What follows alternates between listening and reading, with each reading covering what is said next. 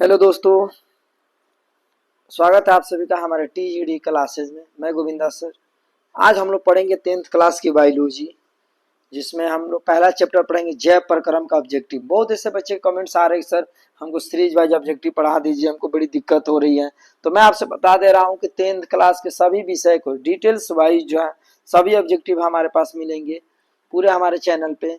सभी subject 10th 11th 12th, चाहे किसी भी एग्जाम की आप तैयारी करते हैं, बिहार पुलिस, बिहार दरोगा, किसी भी सभी एग्जाम का ऑब्जेक्टिव जो है ना, संपूर्ण एक ऑब्जेक्टिव जो है ना, जो आपके एग्जाम्स में पूछे जाते हैं उस प्रकार से सारे ऑब्जेक्टिव्स जो है हमारे टीजीडी क्लासेस में क्लियर कराए जाएंगे, है ना। तो जुड़े रहिए और एक दूसरे के पास शेयर भी कर दीजिए कि और भी बच्चे को है ना ये लाभ है ना मिल सके। तो चलिए पहला प्रश्न हम पढ़ते हैं, है ना। मछली का मुख्य श्वसन अंग है। मछली का मुख्य श्वसन अंग है। पहला आपका ऑप्शन क्रिया, फेफड़ा, तीसरा गिल्स और चौथा नाक। मछली का मुख्य श्वसन अंग है मतलब क्या कि मछली किसके द्वारा सांस लेती है।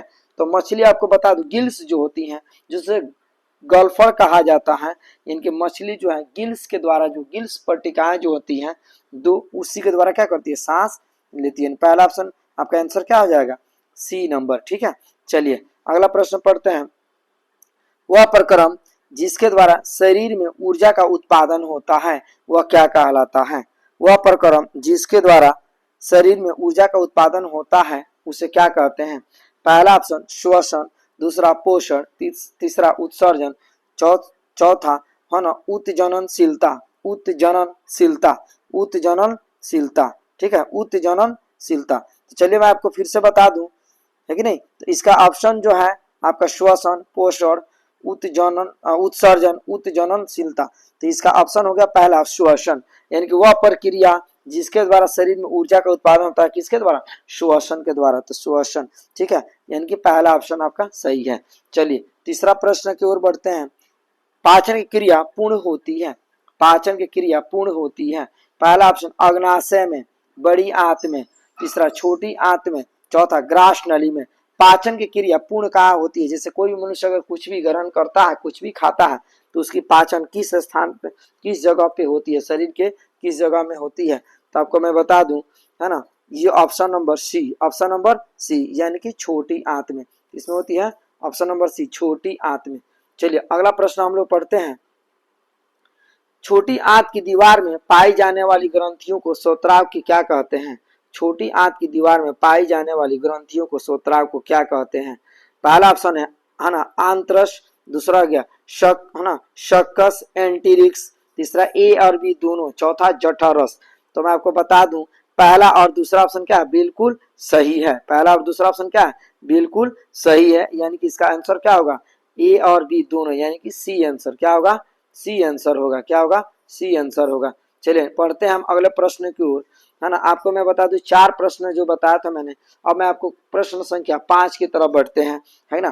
प्रश्न संख्या जो 5 है उसमें पहला 5 का प्रश्न जो है, एक वयस्क मनुष्य को कितने दांत होते हैं। एक मनुष्य के कितने दांत होते हैं। आपको मैं बता दूं कि एक मनुष्य के पूरे जीवन में 52 दांत आते हैं। कितने, 52, यानी कि 20 ऐसे दूधे दांत होते हैं जो टूट जाते हैं और 32 दांत उनके, यानी 32 20 कितना हो गया, 52। ये प्रश्न है कि एक वयस्क मनुष्य के कितने दांत होते हैं। तो कितने दांत होते हैं, तो 30। कितने होते हैं, 30, याद रखिए कितने होते हैं, 30 होते हैं। ठीक है, कितने होते हैं, सॉरी 32 होते हैं। कितने होते हैं, 32 होते हैं। ठीक है, 32 होते हैं। कितने होते हैं, 32। ठीक है, चलिए कितने होते हैं, 32, याद रखिएगा। ठीक है, कितने होते हैं, 32। चलिए अगला सवाल, ब्रिक के संरचनात्मक और क्रियात्मक इकाई को क्या कहते हैं। ब्रिक के संरचनात्मक और क्रियात्मक इकाई को क्या कहते हैं। ब्रिक के, यानी प्रश्न संख्या 6 पढ़ रहे हैं, ठीक है। ब्रिक के संरचनात्मक और क्रियात्मक इकाई को क्या कहते हैं, है ना। पहला ऑप्शन नेफ्रॉन, दूसरा मूत्रवाहिनी, तीसरा है ना ग्लोमेरुलस, चौथा बोमेन संपुट, बोमेन संपुट। तो ब्रिक की संरचनात्मक क्रियात्मक इकाई जो होती है वो नेफ्रॉन होती है। कितनी होती है, नेफ्रॉन। एक किडनी में है ना 1 करोड़ 30 लाख ब्रिक नलिकाएं होती हैं। कितनी होती हैं, ब्रिक नलिकाएं की जो बात करें 1,30,00,000 जो है नलिका होती है, सॉरी कितनी होती है नलिका, जिसमें ब्रिक नलिकाएं की जो बात करें हम आपको बता दें इसमें 10 लाख ब्रिक नलिकाएं होती है। किसमें? नेफ्रॉन में कितनी होती है? 10 लाख। ठीक है, कितनी होती है बउआ? 10 लाख। याद रखिए ऑप्शन नंबर क्या होगा? ए, नेफ्रॉन। क्या होगा? नेफ्रॉन। ठीक है, भूलिएगा नहीं। चलो अगला प्रश्न की ओर बढ़ते हैं। मनुष्य के शरीर की सबसे बड़ी ग्रंथि है, मनुष्य के शरीर की सबसे बड़ी ग्रंथि है। पहला ऑप्शन लीवर, दूसरा अग्नाशय, तीसरा अंडाशय, चौथा एंड्रीनल। एंड्रीनल, लीवर को यकृत बोलते हैं, यानी कि ऑप्शन नंबर ए बिल्कुल सही है। ऑप्शन नंबर ए क्या हो गया? बिल्कुल सही है, यानी कि लीवर यानी कि यकृत। चलिए अगला प्रश्न, स्वपोषी पोषण के लिए आवश्यक है, स्वपोषी पोषण के लिए आवश्यक है, स्वपोषी पोषण के लिए आवश्यक है। पहला ऑप्शन ऑक्सीजन, दूसरा क्लोरोफिल, तीसरा सौर प्रकाश, चौथा जल, है ना। चलिए आप भी सीट मारते जाइए और इसको लिखते जाइएगा, नोट्स बना लीजिएगा बउआ। ठीक है, नोट्स बना लेंगे तो आपके लिए बहुत उपयोगी होगी। ठीक है, बहुत आपके काम आएंगे। ठीक है, स्वपोषी पोषण के लिए आवश्यक है ऑक्सीजन, यानी कि देखिए कोई भी जीव जंतु के लिए ऑक्सीजन बहुत महत्वपूर्ण है। अगर आप ऑक्सीजन नहीं लेंगे तो जिंदा कहाँ से रहेंगे, है कि नहीं। यानी कि किसी भी जीव जंतु के लिए ऑक्सीजन की बहुत महत्व है। ठीक है, याद रखिएगा।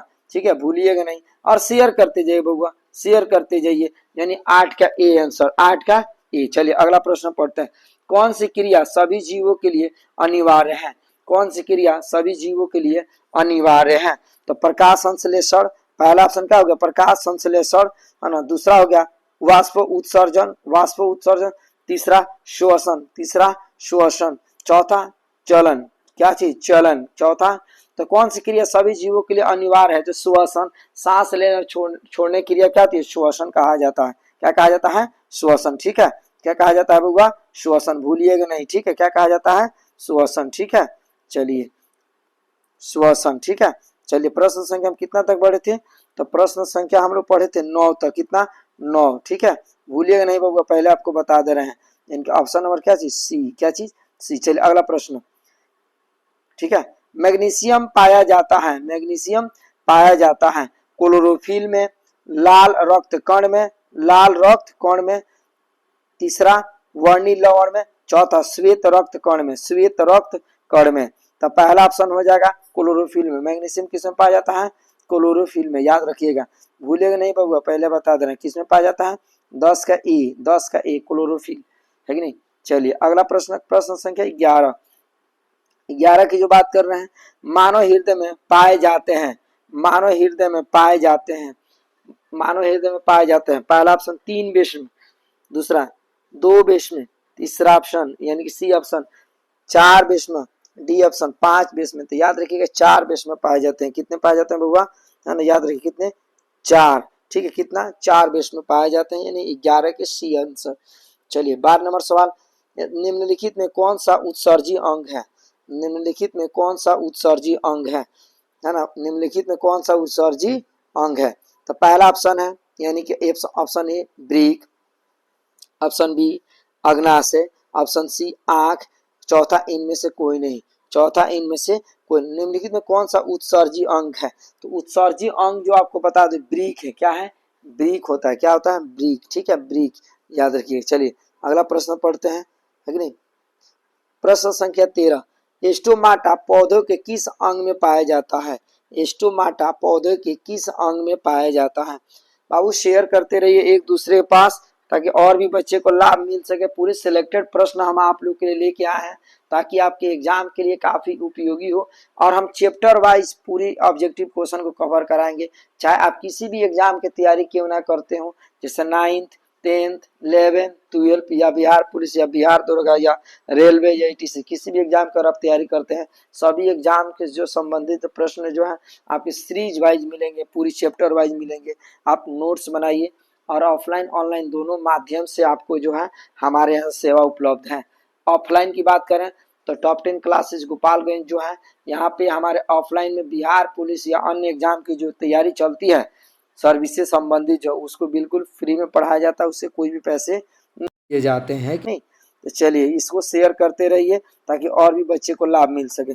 चलिए प्रश्न संख्या हम 13 की बात करते हैं। प्रश्न संख्या 13 आपके स्क्रीन पे, स्टोमाटा पौधे के किस अंग में पाया जाता है? स्टोमाटा पौधे के किस अंग में पाया जाता है? तो याद रखिएगा स्टोमाटा किस पौधे किस अंग में पाया जाता है? तो ऑप्शन नंबर बी, पत्तियों में। किसमें? बी। किसमें पाया जाता है बउआ? है ना, याद रखिएगा किसमें? पत्तियों में। किसमें? पत्तियों में पाया जाता है। ठीक है, चलिए बी नंबर।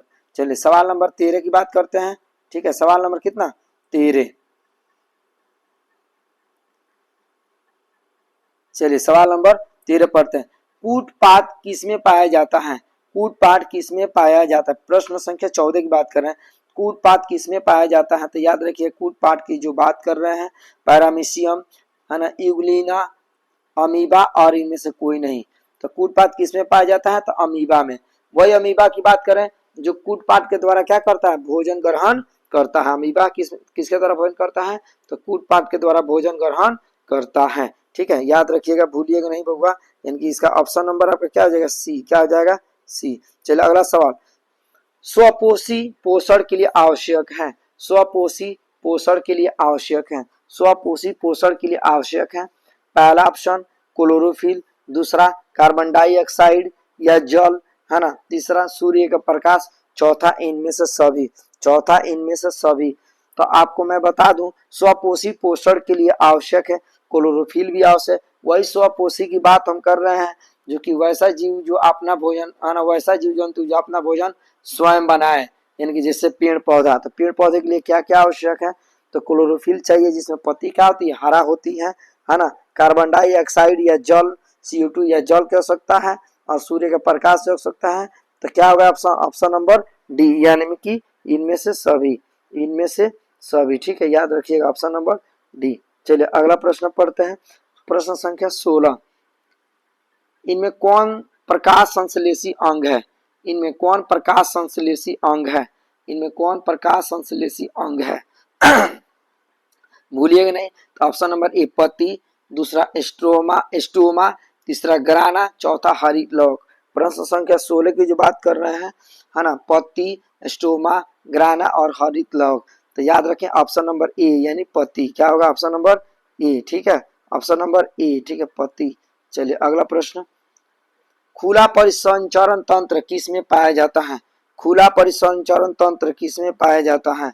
खुला परिसंचरण तंत्र किस में पाया जाता है?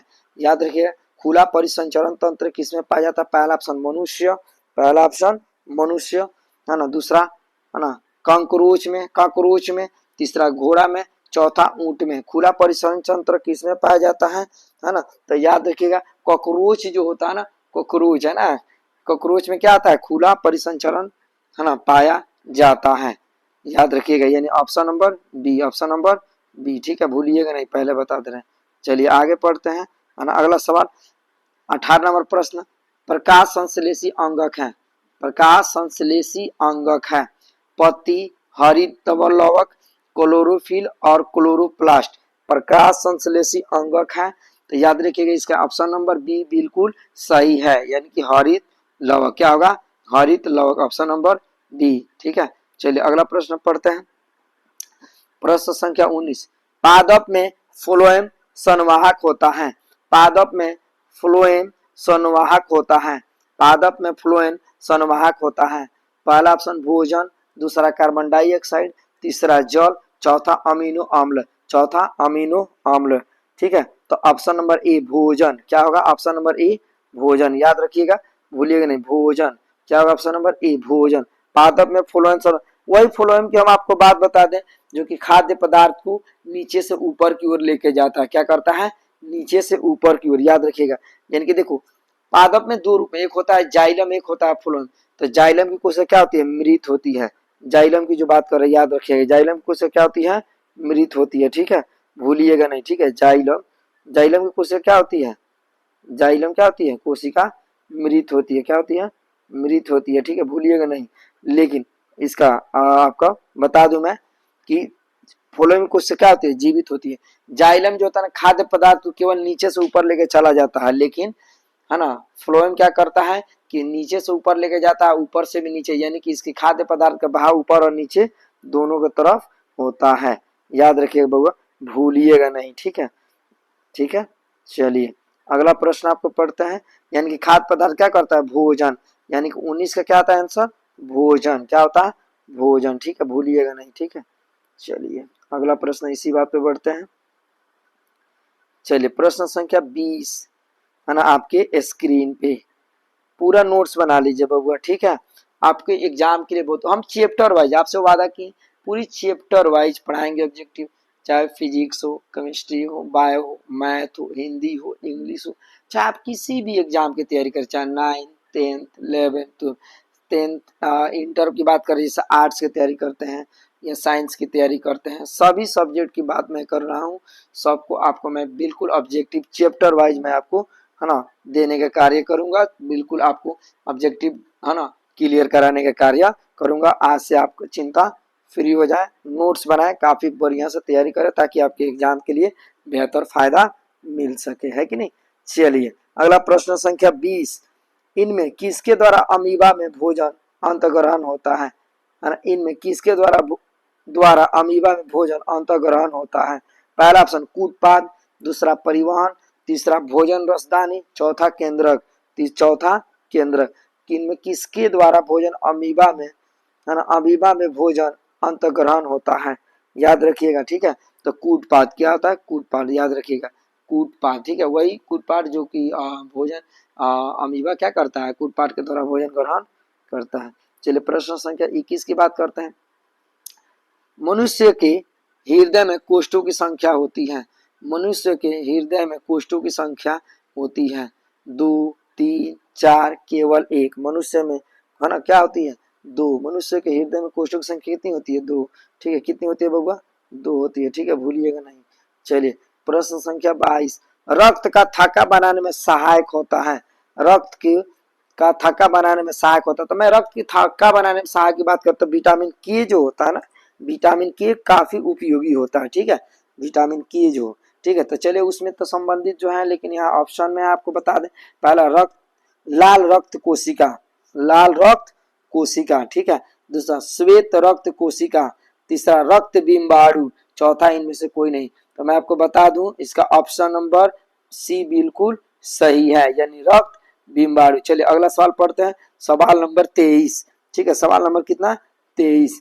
रक्त में आयरन की कमी से होने वाली कौन सी रोग होती है। यानी कि रक्त में इन खून में आयरन की कमी जब हो जाएगा तो उससे कौन सा रोग होता है। प्रश्न संख्या 23 है। ठीक है, याद रखिएगा।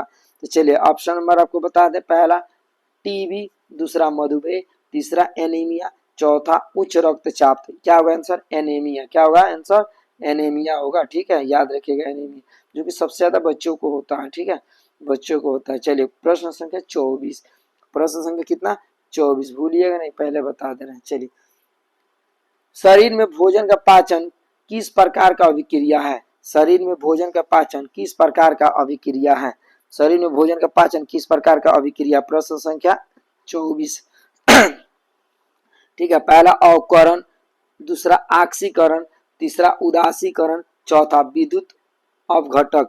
विद्युत अपघटक। ऑप्शन नंबर कितना हो जाएगा, ऑप्शन नंबर बी बिल्कुल सही है। ऑप्शन नंबर बी बिल्कुल क्या है, सही है। चलिए अगला सवाल, वाष्प उत्सर्जन कैसी प्रक्रिया है। वाष्प उत्सर्जन कैसी प्रक्रिया है, वाष्प उत्सर्जन कैसी प्रक्रिया है। तो ऑप्शन 25 नंबर सवाल है।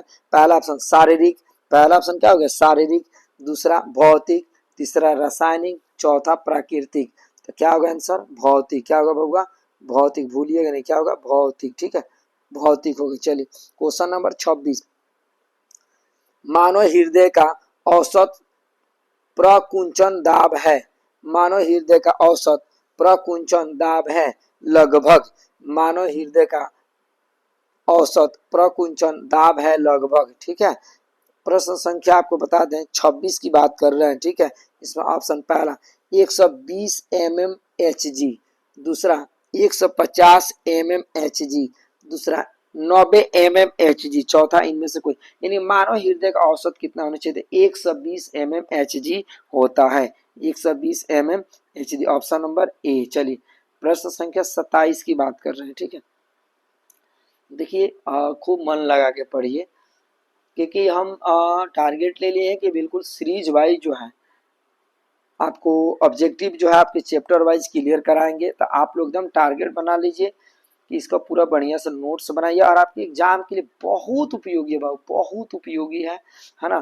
कहीं आपको भटकने की जरूरत नहीं है, बिल्कुल सीरीज वाइज आपको प्रश्न मिलेंगे, है ना, चैप्टर वाइज मिलेंगे, हर एक बुक का मिलेंगे, काफी बढ़िया से मिलेंगे। इसलिए आप खूब मेहनत करिए और अपने दोस्तों के पास भी इसे शेयर करिए ताकि उनको भी लाभ मिल सके। और ढेर सारा प्यार दिखाएं, लाइक कमेंट सब्सक्राइब करना हमारे चैनल को ना भूलें, सपोर्ट करें। चलिए प्रश्न संख्या 27 की बात कर रहे हैं, ठीक है 27 चलिए पढ़ते हैं।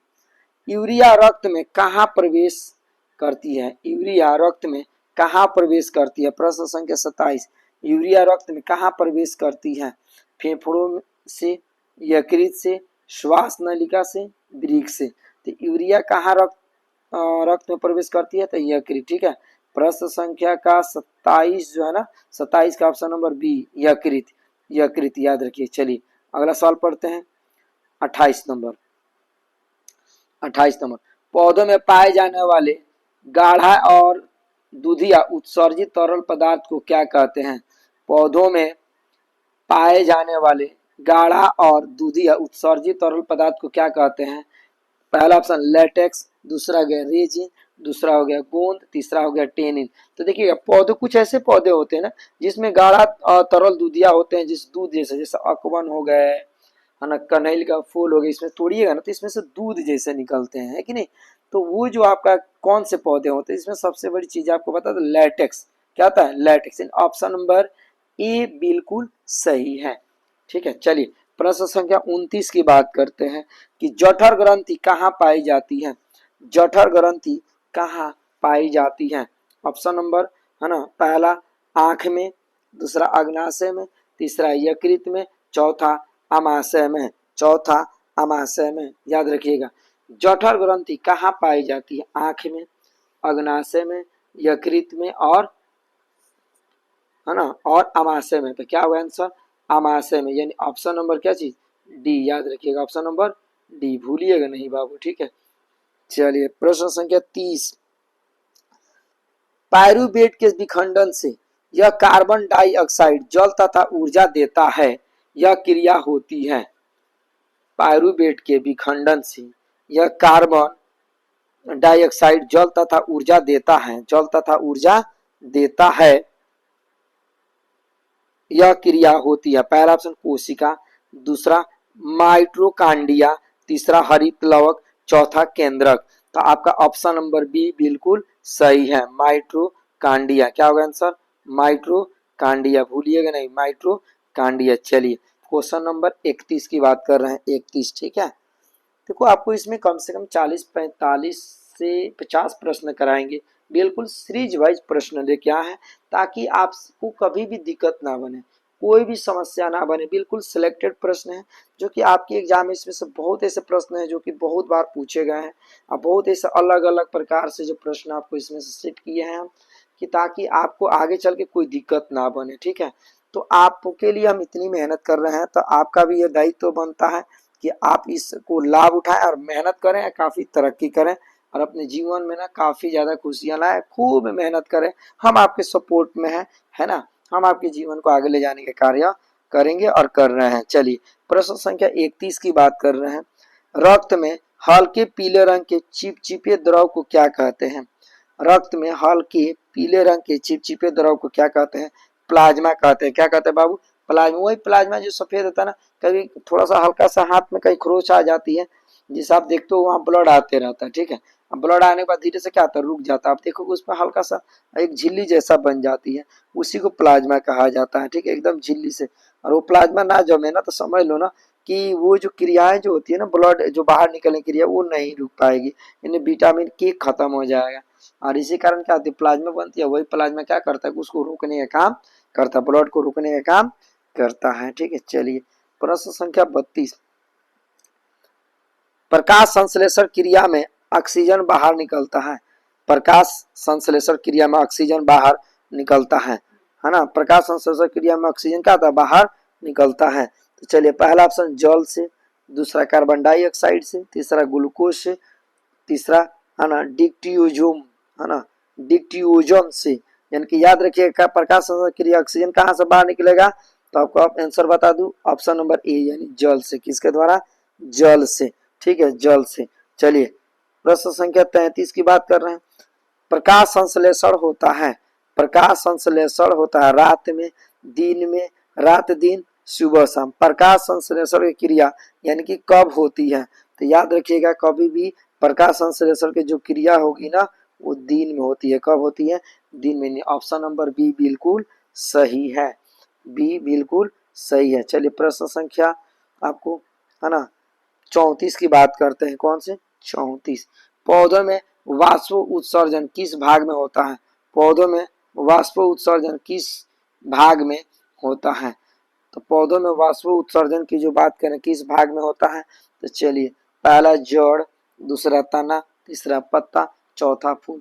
तो देखो पौधों में ना वाष्प उत्सर्जन पत्ता से होता है, क्योंकि इसी में रंध्र होता है, जालीनुमा होते, जाली जाली जाली जैसा बना रहता है, और वही जाली क्या करता है, वहीं से वाष्प उत्सर्जन की क्रिया होती है। ठीक है, तो चलिए ऑप्शन नंबर सी बिल्कुल सही है, पत्ता। चलिए 35 नंबर सवाल पढ़ते हैं। शरीर में भोजन को पचना किस प्रकार की अभिक्रिया है? शरीर में भोजन को पचना किस प्रकार की अभिक्रिया है? 35 नंबर सवाल है कि नहीं? चलिए शरीर में भोजन की को पचना किस प्रकार की अभिक्रिया है? पहला उपचयन, दूसरा संचयन, तीसरा विस्थापन, चौथा अपचयन। ठीक है, चौथा क्या होगा? अपचयन। तो पहला नंबर आंसर होगा उपचयन। क्या होगा? बिल्कुल सही आंसर 35 के ए, उपचयन। शरीर में भोजन की पचना किस प्रकार की उपचयन क्रिया है? ठीक है, क्या? उपचयन। चलिए प्रश्न संख्या 36 की बात करते हैं। क्लोरोफिल वर्णक का रंग है। क्लोरोफिल क्लोरोफिल वर्णक का रंग है। क्लोरोफिल जो होता है ना, वर्णक का रंग होता है। तो आखिर क्या होता है? हरा, लाल, हरा, हरा, दूसरा नीला, तीसरा लाल, चौथा सफेद। क्लोरोफिल जो वर्णक का रंग है, इनकी क्लोरोफिल की सबसे बड़ी चीज है कि किसका रंग जो होता है, तो हरा का होता है। क्या होता है? हरा, क्योंकि पेड़ पौधे के पत्ते हरे होते हैं ना, लाल थोड़े होते हैं। लेकिन याद रखिएगा, ये नहीं कि सर लाल होता था, ऐसा कुछ नहीं होता। ठीक है, चलिए प्रश्न संख्या 37 की बात करते हैं।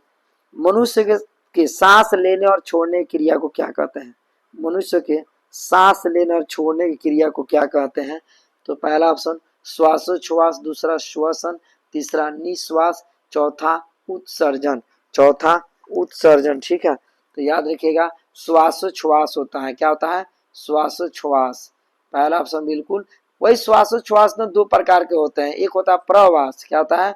एक होता है प्रवास। ठीक है, प्रवास है ना, एक होता है उच्छ्वास। ठीक है, उच्छ्वास। देखो प्रवास, प्रवास का मतलब हो गया ना, आपको बता दें कि जिसमें सांस लिया है। उच्छ्वास का मतलब सांस छोड़ दिया जाता है। ठीक है, ये प्रवास और उच्छ्वास होता है। ठीक है, चलिए अगला प्रश्न पढ़ते हैं। प्रश्न संख्या 38। पौधे को वायवीय भाग से जल के निष्कर्ष की क्रिया को क्या कहते हैं? पौधे के वायवीय भाग से जल के निष्कर्ष की क्रिया को क्या कहते हैं? तो 38 नंबर सवाल है, उसका पहला ऑप्शन है परागण, दूसरा निषेचन, तीसरा विसरण, चौथा वाष्प उत्सर्जन। क्या चीज? वाष्प उत्सर्जन। यानी कि 38 नंबर जो प्रश्न है ना, 38 नंबर का आपको बता दें ऑप्शन नंबर डी, वाष्प उत्सर्जन। क्या होगा? ऑप्शन नंबर डी, वाष्प उत्सर्जन। पौधे के वायवीय भाग में जल का निष्कर्ष की क्रिया क्या कहता है? वाष्प उत्सर्जन। चलिए प्रश्न संख्या 39 की बात करते हैं। ठीक है, चलिए मनुष्य में वृक्क एक तंत्र का भाग है जो संबंधित है। मनुष्य में वृक्क एक तंत्र का भाग है जो संबंधित है। पहला ऑप्शन पोषण, दूसरा श्वसन, तीसरा उत्सर्जन, चौथा परिवहन। तो याद रखिएगा मनुष्य में ना वृक्क एक तंत्र का भाग होता है, वो उत्सर्जन का होता है। किसका होता है बउआ? उत्सर्जन का। ठीक है, भूलिएगा नहीं।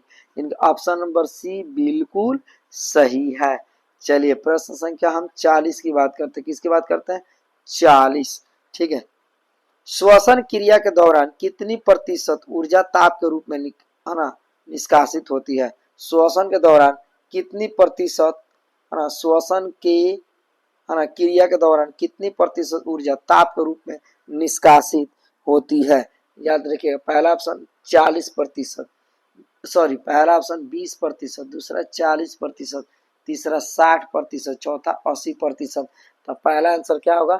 20% क्या होता है, 20% श्वसन क्रिया क्या होती है, ठीक है। चलिए अगला सवाल, प्रश्न संख्या 41 की बात करें, किसका, 41, ठीक है। देखिए वीडियो को ना शेयर करते रहिएगा, पहले बता दे रहे हैं, क्योंकि हम जो है आपके लिए इतनी मेहनत कर रहे हैं, ऑफलाइन क्लासेस से लेकर ऑनलाइन क्लासेस जो है दोनों तरह से आपको लाभ देने का हम कार्य कर रहे हैं। तो आपका एक, आपके लिए जब इतना मेहनत कर रहे हैं तो आपका भी एक फर्ज बनता है कि आप भी हमें थोड़ा सा हेल्प करें, हमारे वीडियो को पूर्ण रूप से देखें और पूरी नोट्स बनाएं, ताकि आप नोट्स बनाएं और तो आपके एग्ज़ाम के लिए काफ़ी उपयोगी हो जाए, है कि नहीं, और काफ़ी फ़ायदा मिले। मैं आप सबको बता दूं कि आज 25 मार्च 2025 जो है, 25 मार्च को 12 क्लास की जो रिजल्ट आई थी उसमें टॉप 10 क्लासेस के कोई भी बच्चे फेल और थर्ड डिवीजन नहीं है। क्योंकि हमारे पास जितने बच्चे पढ़ाई किए थे 2024 यानी 2025 में जिनके एग्जाम हुआ था, उसमें से मैं बता दूं कि 96% बच्चे फर्स्ट डिवीजन से पास हुए हैं, 4% बच्चे इस सेकंड किए हैं। वो भी सेकंड की जो बात करें तो 275 से अबव ही है, नीचे किसी का नहीं है, और थर्ड डिवीजन कोई भी नहीं है हमारे इंस्टीट्यूट में, और फेल का तो नाम ही नहीं है। भोपाल के जिला का एक गौरव है ये टॉप 10 क्लासेस। यहाँ से कोई भी बच्चा आता है तो खाली हाथ नहीं जाता है, खाली हाथ आते हैं लेकिन यहाँ से कुछ लेकर ही जाते हैं। तो मैं चाहूँगा कि आप अपने जीवन में अगर कुछ करना चाहते हैं, अपने भविष्य को अच्छे से सही राह पे ले जाना चाहते हैं, तो काफ़ी कम फी में जो है 9th 10th 11th 12th की तैयारी हमारे यहाँ बहुत कम फी में, और जनरल कंपटीशन की तो बिल्कुल फ्री में पढ़ाई जाती है, चाहे वो टेस्ट हो या कुछ भी हो, बिल्कुल फ्री में कराई जाती है। 10th क्लास या कोई भी टेस्ट की बात बता दो तो मेरे यहाँ बिल्कुल फ्री में टेस्ट होते हैं, उससे कोई भी पैसे नहीं लगते हैं, चाहे वो प्रेस्टिक सेट हो या कुछ भी हो, बिल्कुल फ्री में होता है, उसके लिए कोई भी एक्स्ट्रा पैसा नहीं लगता है। तो आप अगर जुड़ना चाहते हैं हमारे यहाँ तो आप टॉप 10 क्लासेस से जुड़ सकते हैं। चलिए तो चलिए हम अब प्रश्न संख्या आपको बता दूं, 41 तो मतलब 42 प्रश्न संख्या, कितना, 42। चलिए, कौन सी क्रिया सभी जीवों के लिए अनिवार्य है, कौन सी क्रिया सभी जीवों के लिए अनिवार्य है। चलिए पहला ऑप्शन है ना, पहला ऑप्शन है प्रकाश संश्लेषण, दूसरा वाष्पो उत्सर्जन, तीसरा आपको बता दूं श्वसन, चौथा चलन। क्या होगा, कौन सी क्रिया सभी जीवों के लिए अनिवार्य है, श्वसन, क्या होगा, श्वसन, ठीक है। ये प्रश्न डबल हो गया, ठीक है, देख लीजिएगा, इससे डबल हमने बोल दिया इस प्रश्न। चलिए प्रश्न संख्या 43 की बात करें, 43 की बात कर रहे हैं, ठीक है।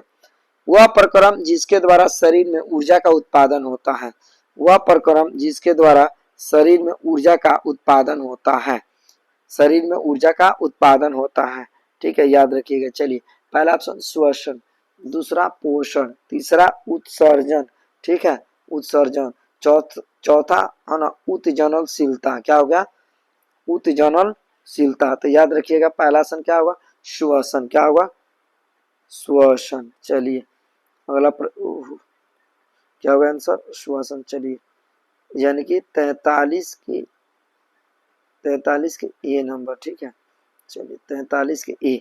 चलिए अगला प्रश्न, चलिए प्रश्न संख्या 44, रेजिन और गूंद कहाँ संचित रहता है।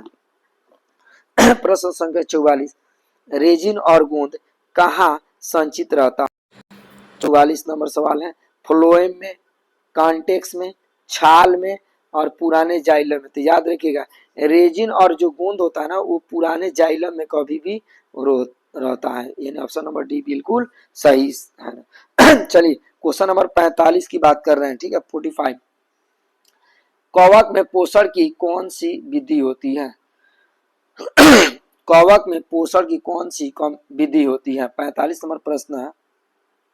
पहला ऑप्शन है स्वपोषी, स्वपोषी, दूसरा ऑप्शन है मृतजीवी, तीसरा है समभोजी, चौथा होगा इनमें से, है ना, चौथा होगा इनमें से कोई नहीं, यानी कि 45 का ऑप्शन नंबर बिल्कुल बी सही है, मृतजीवी, ठीक है।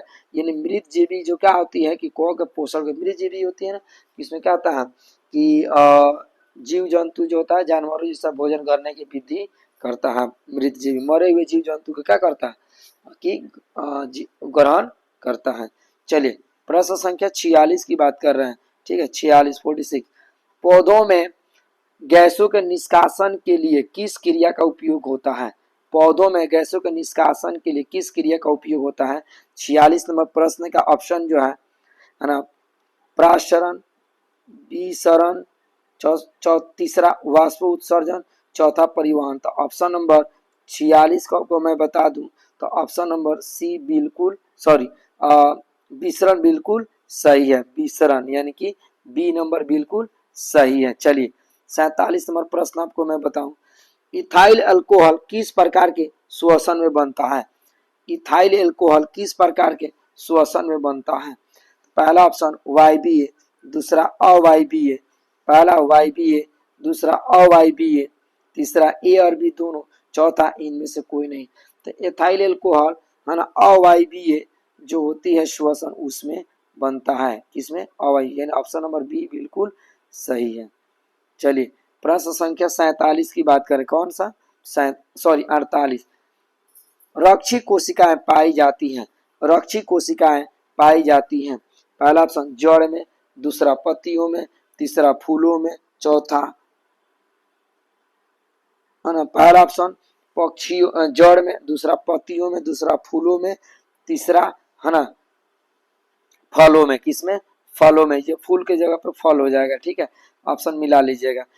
क्वेश्चन फिर से मिले, रक्षी कोशिकाएं पाई जाती है जड़ में, पत्तियों में, फूलों में, फलों में। ठीक है, तो ऑप्शन नंबर बी बिल्कुल सही है, यानी पत्तियों में पाया जाता है। ठीक है, चलिए लास्ट प्रश्न 49 नंबर प्रश्न। ठीक है, प्रकाश संश्लेषण द्वारा किसकी प्राप्ति होती है? प्रकाश संश्लेषण द्वारा किसकी प्राप्ति होती है?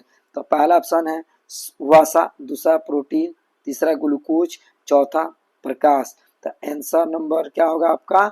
यानी कि 49 का ऑप्शन नंबर सी बिल्कुल सही है, ग्लूकोज। ठीक है, तो इस प्रकार से हमारे प्रश्न यहाँ पे होते हैं समाप्त, है ना। आप इसका नोट्स बनाएं और हमारे वीडियो को शेयर कर दें और हमें सपोर्ट करें, है ना। आप सबका बहुत बहुत है ना आभारी मैं रहूँगा अगर आप हमें सपोर्ट करते हैं, क्योंकि मैं आप लोग के लिए इतनी मेहनत कर रहा हूँ। तो फिर मिलते हैं हम अगले वीडियो में, तब तक के लिए दीजिए हमें इजाज़त। जय हिंद, जय भारत।